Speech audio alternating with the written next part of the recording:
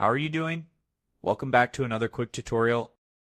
Today I'm showing you how to fix a Google form that's no longer accepting responses. It's a quick fix with just 2 simple steps.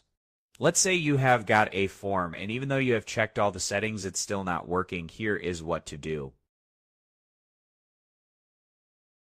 Open your Google form and head to the Responses tab. That's step 1. Check the toggle.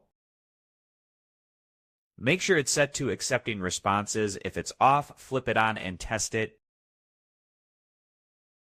If it's already on and still not accepting, let's go to step 2. Open a new tab and go to google.com. Why? We're checking your Google Drive storage. Click the Google Apps icon, the grid in the top right, then select Drive. If your form is rejecting responses, it might be because your storage is full. Scroll down, check how much space you have got left. If it's low, free up some room, delete old files, or grab more storage through Google One. Then head back to your form and test it again. Send a response and see if it goes through. That's it. 2 easy steps and you should be set. If this worked for you, let me know in the comments. Hit that like button, subscribe for more tips, and I will see you in the next video.